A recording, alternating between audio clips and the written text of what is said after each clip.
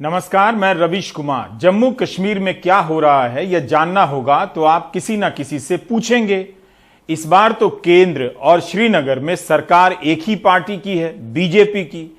सेना और पुलिस के बयान से किसी घटना की जानकारी मिल सकती है, लेकिन राजनीतिक तौर पर कश्मीर के भीतर क्या हो रहा है इसकी आवाज तो उन्हीं से आएगी जिनकी दोनों जगहों पर जवाबदेही है। इतना कुछ हो रहा है, फिर भी कश्मीर पर कोई विस्तृत प्रेस कॉन्फ्रेंस तक नहीं है दिल्ली में। इसके अलावा बाकी के पारंपरिक रास्ते या तो बंद हो चुके हैं या कमजोर कर दिए गए हैं, जैसे राजनीतिक दल, नागरिक संगठन, एनजीओ और मीडिया। 5 अगस्त 2019 को धारा 370 की समाप्ति के बाद इन सभी की हालत पर आप गौर कर लेंगे तो पता चलेगा कि कश्मीर पर जानने के लिए आपके पास गोदी मीडिया ही है, जो कि खुद नहीं जानता वहां क्या हो रहा है। धारा 370 की समाप्ति के 2 साल से भी अधिक समय हो चुके, ना तो राज्य की बहाली हुई, ना ही राजनीतिक प्रक्रिया को लेकर कोई ठोस पहल, जिसकी बहाली के लिए दिल्ली में 24 जून को कश्मीर के नेताओं के साथ प्रधानमंत्री ने एक बैठक भी की। इस बैठक में कश्मीरी पंडितों का कोई प्रतिनिधित्व नहीं था, ना उनके बारे में बात हुई। बैठक के करीब 4 महीने बाद भी लोकतांत्रिक प्रक्रिया की बहाली किस हद तक आगे बढ़ी है, कहां फंस गई है, यह तो सरकार बताएगी जब भी बताए। इस बैठक में शामिल दलों ने कुछ समय के बाद इसे फोटोबाजी कहना शुरू कर दिया, बेनतीजा बताना शुरू कर दिया। इस ऐतिहासिक बैठक के बाद कोई प्रेस कॉन्फ्रेंस नहीं हुई थी, न बाद में हुई, जिससे आपको पता चलता कि इससे निकला क्या। बैठक में भाग लेने वालों ने उनसे धारा 370 की बहाली की मांग की प्रधानमंत्री से।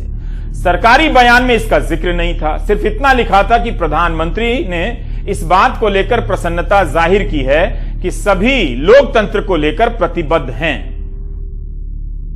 कश्मीर की जिन पॉलिटिकल पार्टीज ने प्रधानमंत्री की तरफ से बुलाए गए जून में ऑल पार्टी मीटिंग में शमूलियत की, उनको ये यकीन था कि शायद इससे अब कश्मीर के हालात में अब बेहतरी आएगी, लेकिन उनका अब मानना है कि बेहतरी के बजाय खराबी हो रही है। अब से जो भी सरकार ने हुक्मनामे जारी किए उससे लोगों को फायदे के बजाय नुकसान हुआ।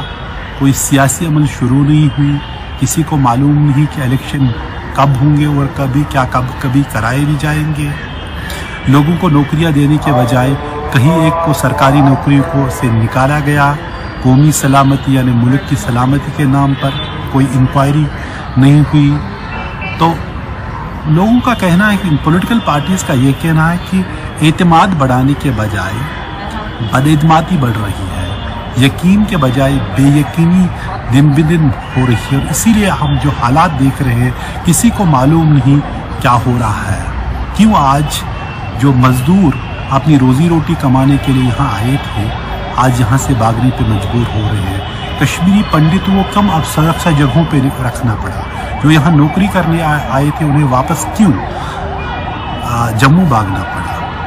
19 जनवरी 1990 में जब कश्मीरी पंडित यहाँ से भागने पे मजबूर हुए थे, तो 1 साल के अरसे में मार्च 1999 से लेकर दिसंबर 1999 तक या जनवरी 1990 तक सिर्फ 5 कश्मीरी पंडितों को मिलिट्री ने मारा था। लेकिन आज देखें तो आज पिछले 2 या 3 हफ्तों में 11 लोगों को सिविलियंस को यहाँ मारा गया, जिसमें कश्मीरी पंडित भी शामिल हैं, हिंदू भी शामिल हैं, सिख भी शामिल हैं। तो कैसी हालात ने करवट ली और क्या वजह है हालात इस डगर पे पहुंच गए हैं और इसका कौन जिम्मेदार है। 2 साल से अधिक समय हो गया, जम्मू कश्मीर को ना तो राज्य का दर्जा वापस मिला, ना ही वहां चुनाव हो सके।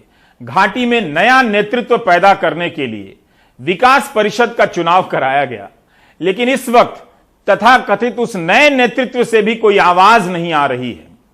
इस हालात से निपटने की पूरी प्रक्रिया में कश्मीर में सक्रिय क्षेत्रीय और राष्ट्रीय राजनीतिक दलों की कोई भागीदारी नहीं दिखती।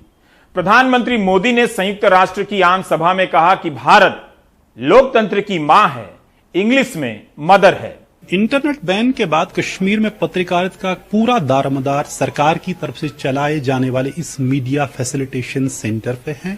नजीर मसूदी की पुरानी रिपोर्ट का हिस्सा है, जो यह समझने में आपकी मदद करता है कि धारा 370 की समाप्ति के बाद पत्रकारों को किन हालात से गुजरना पड़ा।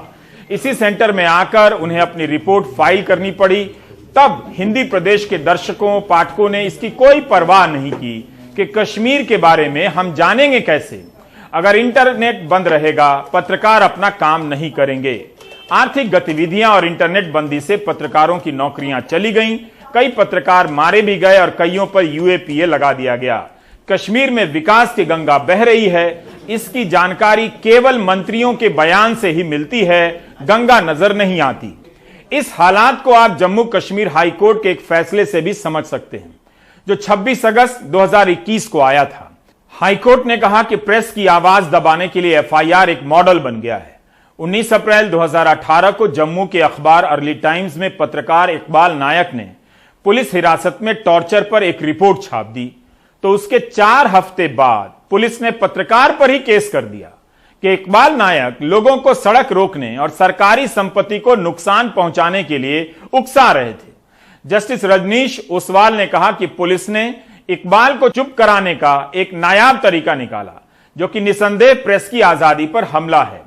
जस्टिस ओसवाल ने यह भी कहा कि जिन धाराओं के तहत एफआईआर की गई उसका केस ही नहीं बनता था। आज बड़ी खबर बन के यह है कि मजदूरों को मारा जा रहा है, लेकिन पिछले 10 महीनों में यहां 32 सिविलियंस मारे गए, जिनमें 22 यहां के लोग रहते हैं। खबर कहीं नहीं है क्योंकि खबर को छुपाया जा रहा था, नहीं बताया जा रहा। पॉलिटिशियंस जो जिनको इन मुद्दों को उठाना चाहिए था कि हुक्मरानी तो कर रहे हैं लेकिन सरकार को भी चलाए, वो सरकार की जिम्मेदारी उनको याद दिलाया जाए। सरकार वो भी नहीं करते हैं क्योंकि सियासतदान सियासत भूल गए हैं, या वो गिरफ्तार थे, या अभी भी डर है कहीं एक को केस चल रहे हैं। एनजीओज ये बातें करते हैं या जो आरटीआई का इस्तेमाल करते थे वो भी गायब हो चुके हैं। तो कुल मिला के जो एक समाज में एक स्ट्रक्चर होता है जो सरकार को जवाबदेह बनाता है, वो शायद बिल्कुल बैठ ही चुका है कश्मीर में। सरकार तो जमहूरियत की बातें कर रही है लेकिन ज़मीन पे ऐसा कुछ नहीं दिखाई दे रहा है कि इसी वजह से जो आज हालात बने हैं, ये क्यों बने, ये बात मुल्क के लोगों तक नहीं पहुंची है क्योंकि यहाँ आज़ाद पत्रकारिता नहीं है। पत्रकार खुद अपने आप को आज़ाद महसूस नहीं कर रहे हैं। यही वजह है कि जब यहाँ धारा 370 को हटाया गया, कई महीनों तक लोग जो पत्रकार थे उनके पास भी इंटरनेट था, न फ़ोन था, क्योंकि सब कुछ बंद किया गया था। तो सरकारी दफ्तर में उनको अपने सरकारी कंप्यूटर लेके अपना काम करना पड़ता। उसके बाद जो भी आप सरकार के मुखालिफ अगर हो जाए तो नाराज़ होते हैं। पहली बात नहीं है। मिलिटेंसी में 30 साल में यहाँ कश्मीरी के जो पत्रकार हैं उन्हें अपनी जिंदगियां दी, कहीं एक को मारा गया, कहीं एक को जख्मी किया मिलिटेंटों ने, क्योंकि सच लिखने की कोशिश की। मिलिटेंटों के मर्जी के खिलाफ लिखते तो बहुत ही खतरनाक थे, कई लोगों को जिंदगियां गंवानी पड़ी। लेकिन अब ये था कि अगर मिलिटेंसी एक तरफ कम हुई तो सरकार का वो आज़ाद पत्रकारिता को चलाने की इजाज़त दी। ऐसा नहीं है, इसीलिए जो कश्मीर की हकीकत है वो मुल्क के लोगों के सामने नहीं पहुंचती है। तो कश्मीर में क्या हो रहा है आपके पास जानने के रास्ते या तो बंद हैं या फिर बहुत सीमित हैं। इसी तरह कश्मीर से बाहर भी आप जानकारी के नाम पर प्रोपेगेंडा ही जानते हैं। पत्रकारिता की क्या हालत है जानते हुए भी अक्टूबर के पहले हफ्ते में कश्मीरी पंडित मोहनलाल बिंद्रू की हत्या के बाद कश्मीरी पंडितों का पलायन शुरू हुआ, तो बहस इस दिशा में चली कि कश्मीरी पंडितों को निशाना बनाया जा रहा है। लेकिन इस बार बीजेपी की सरकार से दोनों जगहों पर है, सवाल नहीं पूछा गया। जल्दी ही तथ्य सामने आने लगे कि पिछले कुछ दिनों में आतंकियों ने जो हत्याएं की हैं उनमें ज्यादातर कश्मीर के स्थानीय मुसलमान हैं। तो बहस कंफ्यूज हो गई, अब क्या करें। जब प्रवासी मजदूरों की हत्या की खबरें आने लगी और उसमें हिंदू और मुसलमान दोनों हैं, तब बहस ठंडी हो गई। उधर सरकार के लिए सब कुछ इतना सामान्य लगता है कि वाणिज्य मंत्री पीयूष गोयल कश्मीर के दौरे पर हैं और अमित शाह गृह मंत्री कश्मीर की जगह पोर्ट ब्लेयर के दौरे से दिल्ली लौटे हैं। प्रधानमंत्री धारा 370 की समाप्ति के बाद कश्मीर ही नहीं गए। नजीर मसूदी ने अपनी रिपोर्ट में कहा है कि सेना और पुलिस दोनों ने खंडन किया है कि सुरक्षा कारणों से प्रवासी मजदूरों को रक्षा कैंपों में रखने का कोई ऐलान नहीं है। लेकिन यह तस्वीर कुछ और कह रही है। इस कमरे में जमा सारे मजदूर प्रवासी हैं जो आतंकी हमलों को लेकर चिंतित हैं। आज तक इन्हें आतंकवादियों ने निशाना नहीं बनाया था। कश्मीर में हर साल बिहार, यूपी, बंगाल से 2-3 लाख प्रवासी मजदूर कश्मीर के बागों में काम करने आते रहे, कंस्ट्रक्शन के क्षेत्र में काम करते रहे। जब से आतंकवादियों ने राजा ऋषिदेव, सगीर अहमद, जोगिंदर, अरविंद कुमार शाह, वीरेंद्र पासवान की हत्या की है, प्रवासी मजदूरों का भरोसा हिल गया है। इस बार वहां से केवल कश्मीरी पंडित ही नहीं, प्रवासी मजदूर भी जान बचाने के लिए पलायन करते देखे जा रहे हैं। वहां की दो मस्जिदों में कहा गया है कि ऐसा कुछ ना किया जाए जिससे कश्मीरी पंडितों का भरोसा हिल जाए, जिसका कश्मीरी पंडित संघर्ष समिति ने स्वागत भी किया। इन घटनाओं के कारण ही गोदी मीडिया और आईटी सेल को हिंदू मुस्लिम एंगल देने में मदद नहीं मिल रही है। इस साल जनवरी में आतंकवादियों ने पंजाबी खत्री सतपाल निश्चल की हत्या कर दी। उसके बाद मशहूर कृष्णा ढाबा के मालिक के बेटे आकाश मेहरा की भी हत्या कर दी। आम आदमी पार्टी के सांसद संजय सिंह ने राज्यसभा में सवाल पूछा था कि क्या जम्मू कश्मीर में आम लोगों की हत्याएं हो रही हैं। इसी मार्च महीने में सरकार ने इसके जवाब में कहा कि आतंकवादियों ने 2019 में 39 आम लोगों की हत्या की और 2020 में 37। इस साल भी अभी तक आतंकवादियों ने 32 लोगों की हत्या की है, जिनमें से 22 मुसलमान हैं। शुरू में पुलिस प्रमुख ने कहा था जम्मू कश्मीर के कि कश्मीरी पंडित की हत्या कर सांप्रदायिक तनाव पैदा करना चाहते हैं आतंकवादी, लेकिन हर दिन की खबर बता रही है कि आतंकवादियों के निशाने पर सभी हैं और सुरक्षा देने में वहां कोई नाकाम हुआ है। किसी की समझ, किसी की जवाबदेही नाकाम भी नजर आती है। लेफ्टिनेंट गवर्नर मनोज सिन्हा कह रहे हैं कि आम लोगों की हत्या का बदला लिया जाएगा, आतंकवादियों को नहीं छोड़ा जाएगा। लेकिन यहां सवाल आम लोगों की सुरक्षा का भी है, ताकि वो पलायन ना करें, उनका भरोसा पैदा करना पड़ेगा। लेकिन पुंछ में 11 अक्टूबर से आतंकवादियों और सेना के बीच चल रहा यह एनकाउंटर कुछ और कह रहा है। इतना लंबा एनकाउंटर कभी नहीं चला। इन 11 दिनों में आतंकवादियों ने सेना के 2 अफसरों सहित 9 जवानों की हत्या कर दी, लेकिन एक भी आतंकी सेना के हाथ नहीं आया। इसी 28 जुलाई को केंद्र सरकार राज्यसभा में कह रही थी कि 2019 की तुलना में 2020 में आतंकवाद की घटनाएं 59% कम हो गई हैं।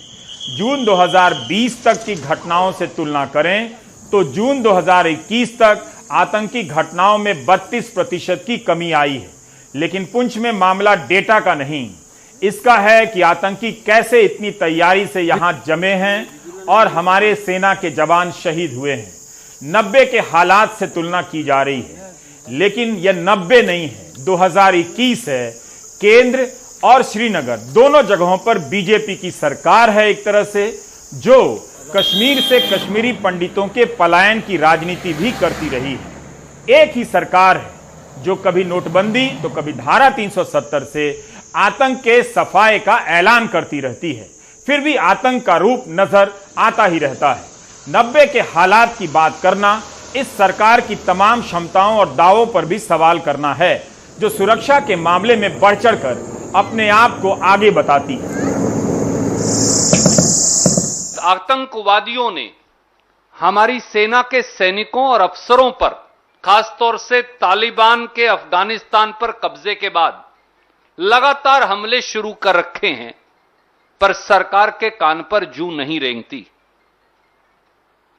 जम्मू कश्मीर में चुनाव करवाने और पूर्ण प्रांत का दर्जा देने की बजाय सरकार जो है वो केवल बहाने ढूंढती है। जिस प्रकार से असम, नागालैंड और मिजोरम में खूनी संघर्ष हुआ, व्यक्तियों के द्वारा नहीं, सरकारों का आपस में, और भाजपा के मित्रों और भाजपा की सरकार द्वारा एक दूसरे के मुख्यमंत्री पर एफआईआर दर्ज करवाई गई। एक प्रांत की पुलिस ने दूसरे प्रांत की पुलिस पर फायरिंग की। जिस प्रकार से खूनी संघर्ष, सीमा विवाद हुआ दो चुनी हुई सरकारों के द्वारा, यह भारत में तार तार हुई इंटरनल सिक्योरिटी सिचुएशन को दर्शाता है। बिहार के मुख्यमंत्री नीतीश कुमार गृहमंत्री अमित शाह से नहीं, प्रवासी मजदूरों की सुरक्षा के लिए लेफ्टिनेंट गवर्नर मनोज सिन्हा को फोन कर रहे हैं। यह बताने की जरूरत नहीं कि लेफ्टिनेंट गवर्नर केंद्र का प्रतिनिधि भर होता है। बिहार में विपक्षी दल मांग कर रहे हैं कि सरकार कश्मीर से आ रहे मजदूरों को काम और मुआवजा दे। फिलहाल हम नई दिल्ली रेलवे स्टेशन पर हैं और यहाँ पर झेलम एक्सप्रेस आई है, जम्मू से आती है, पुणे को जाती है। यहाँ पर कुछ मुसाफिर भी हैं। खबरों के बाद जो है लोग वहाँ से निकलने शुरू हुए हैं। आपके जानने वाले लोग भी वहाँ से निकल रहे हैं? सब निकल रहे हैं। लेकिन लगातार ये खबरें आनी शुरू हुई हैं कि जिस तरीके से हालात वहाँ पर बिगड़े हैं उसके बाद से लोग जो हैं वो वहाँ से लगातार निकल रहे हैं, और ये भी महिला बता रही हैं कि इनके जो जानने वाले लोग हैं वो भी वहाँ से निकल रहे हैं। वहाँ से कितने महीने पहले गए थे? फिलहाल में मेरे को तो 1 महीना हुआ है। 1 महीने। अब वहाँ से लगातार लोग निकल रहे हैं? हाँ, बहुत लोग निकल रहे हैं। आपके आस पड़ोस में भी लोग निकल रहे थे? हाँ, बिहारी लोग हैं, सब बहुत लोग निकल रहे हैं। जो हालात बिगड़ा है उसके बाद से निकलने शुरू। हाँ। कहाँ रहते हैं आप? धौलपुर। हाँ, धौलपुर। अच्छा, सब धीरे धीरे आपकी कॉलोनी में जहाँ पे आप रहते थे वहाँ पे मजदूर तबके के लोग बहुत ज्यादा रहते थे? हाँ। क्या वो भी निकल रहे हैं? हाँ, बिहारी लोग हैं, वो भी बोल रहे थे 1-2 दिन में बाद निकल जाएंगे सब, हालात खराब होने के बाद। हाँ। हाँ? हाँ। तो आप देख सकते हैं कि यहाँ पर पलायन का दौर जो है वो शुरू हो गया। ये ट्रेन है और ये सामान है, जो सामान एक आसरे के तौर पे ये लोग गए थे कि रोजी रोजगार वहाँ पर मिलेगा, अब धीरे धीरे वापस होने शुरू हो गए हैं। ये दरअसल ट्रेन है जो जम्मू से आई है और झेलम एक्सप्रेस है जो पुणे को जाएगी, जो रोजी रोजगार लोगों को खींचकर कहीं ले जाती है, और उसके बाद हालात बिगड़ने के बाद लोग कैसे वहाँ से पलायन करते हैं, वापस आते हैं अपने घर की तरफ। यहाँ पे सीधे तौर पे हमने देखा कि भीड़ में ऐसे लोग भी मिले जो वहाँ पे बिगड़े हालात के बाद अपने घर वापस हो रहे हैं। महज कुछ महीने पहले वहाँ गए थे, लेकिन उसके बाद जो है वहाँ से वापस हो रहे हैं। नई दिल्ली से परिमल कुमार, एनडीटीवी इंडिया। मजदूरों के लौटने से कश्मीर के लोग भी चिंतित हैं। उन्हें पता है कि इससे वहां के कारोबार पर क्या असर पड़ेगा। जम्मू कश्मीर बीजेपी के अध्यक्ष रविंद्र रैना का बयान ट्विटर पर मिला। रैना मजदूरों से कह रहे हैं कि वे वापस ना जाएं। सरकार आतंकवादियों का सफाया कर रही है, जिससे आतंकवादी संगठन बौखला गए हैं। सरकार उनका मुंहतोड़ जवाब दे रही है। मैं कश्मीर घाटी में काम करने वाले हमारे भाई बहन जो बिहार से हैं, यूपी से हैं, दिल्ली से हैं, हरियाणा, पंजाब से हैं, राजस्थान, मध्य प्रदेश, गुजरात, छत्तीसगढ़ या झारखंड जैसे क्षेत्रों में आकर यहाँ काम करते हैं, मैं उन सबसे निवेदन करता हूं, ये पाकिस्तान के हर साजिश को हमने मिलकर इसका मुंह तोड़ जवाब देना है। कोई घबराने की जरूरत नहीं है। हमने पहले भी पाकिस्तानियों को मलियामेट किया है, आगे भी पाकिस्तानियों को मलियामेट करेंगे। रविंद्र रैना की इस बात पर घाटी से चले आने वाले कश्मीरी पंडितों को कम भरोसा लगता है। अब प्रवासी मजदूर लौट रहे हैं। कश्मीर की समस्या के बारे में पाले खींचने से पहले उसे गहराई से समझने का प्रयास कीजिए। पता चलेगा कि नारों से समस्याएं दूर नहीं होती हैं, हेडलाइन से कुछ नहीं होता। अब आते हैं एक दूसरी खबर पर। महिलाओं की एक आवाज, प्रियंका गांधी जिंदाबाद। कांग्रेस महासचिव प्रियंका गांधी ने ऐलान किया है कि यूपी में होने वाले विधानसभा चुनावों के लिए कांग्रेस 40% टिकट महिलाओं को देने जा रही है। यूपी में किसी भी पार्टी की तरफ से महिला उम्मीदवारों की यह सबसे अधिक संख्या होगी। कांग्रेस यूपी में नए सिरे से खड़े होने का प्रयास कर रही है, तो वो इस तरह के प्रयोग कर सकती है, लेकिन क्या दूसरे दल भी ऐसा करेंगे? बसपा प्रमुख मायावती ने कांग्रेस के इस दांव की आलोचना की है। कहा है कि जब केंद्र में उनकी सरकार थी तब 33% आरक्षण को सुनिश्चित नहीं करा सकी। लोकसभा चुनाव में तृणमूल कांग्रेस ने 40% और बीजू जनता दल ने 33% टिकट महिलाओं को दिया था। कायदे से संसद में ही महिला आरक्षण बिल पास होना चाहिए, लेकिन राजनीतिक दलों ने यह पहल शुरू कर दी है। हाल ही में जब मोदी सरकार ने कैबिनेट विस्तार किया तो शहर शहर में पोस्टर लगाए गए कि महिला मंत्रियों का प्रतिशत बढ़ा दिया गया है। बताया गया कि 17 साल में महिला मंत्रियों की संख्या सबसे अधिक है, 11 महिला मंत्री हैं। अलग से महिला मंत्रियों के पोस्टर लगाए गए, उनका स्वागत किया गया। क्या कांग्रेस की इस रणनीति से यूपी के बाकी दलों के बीच महिलाओं को टिकट देने की होड़ शुरू होने वाली है? क्या इससे कांग्रेस का महिलाओं के बीच कोई जनाधार बन सकेगा? मैं लड़की हूँ, मैं शक्ति हूँ।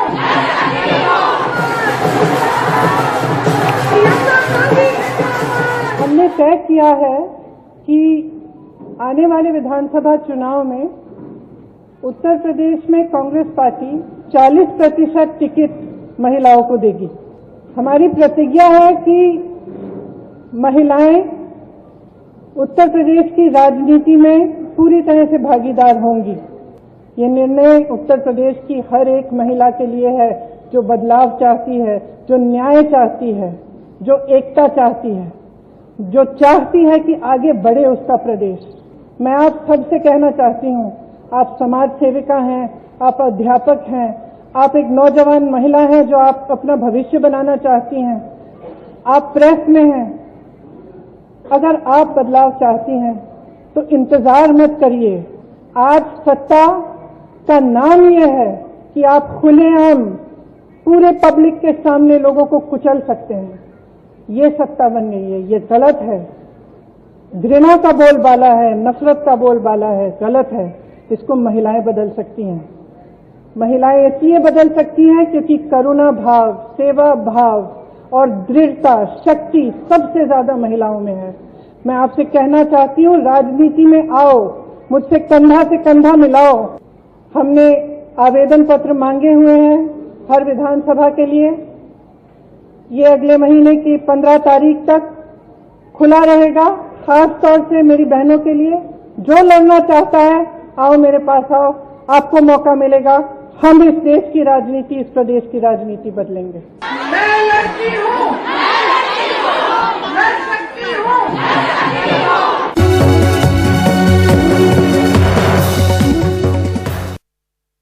पिछले हफ्ते एक खबर आई कि भारत ग्लोबल हंगर इंडेक्स में 94वें स्थान से फिसलकर 101वें स्थान पर आ गया। खूब हो हल्ला मचा, सरकार की सफाई आ गई, आंकड़े जमा करने के तरीके पर सवाल उठे। ग्लोबल हंगर इंडेक्स का कहना है कि FAO के जिस टेलीफोन पोल का हवाला देकर रिपोर्ट पर सवाल उठे हैं, उसका इस्तेमाल रिपोर्ट में नहीं हुआ है। इन सबके बीच मध्य प्रदेश से आई यह रिपोर्ट, जहां हफ्ते भर में 2 बच्चों की कुपोषण से मौत हुई है, सरकारी किताबों में इसको भी लापरवाही में रखा गया है।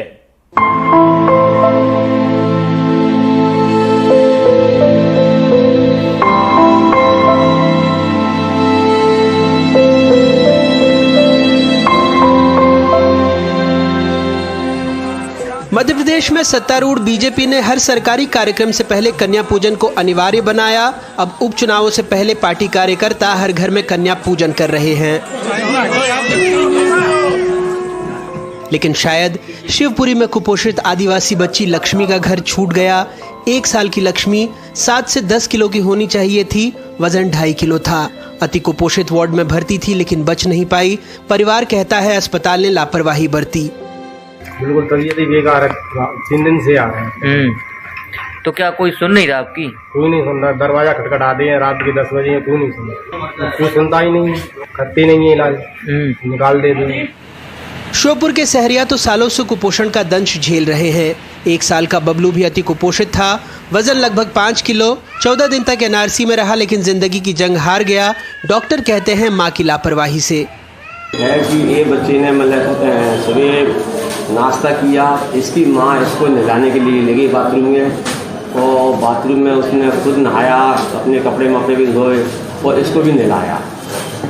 और जैसे नहलाया वो तुरंत बच्चे को कपड़े में लपेट के जो रोती हुई बाहर आई कि सर मेरे बच्चे को क्या हो गया ये।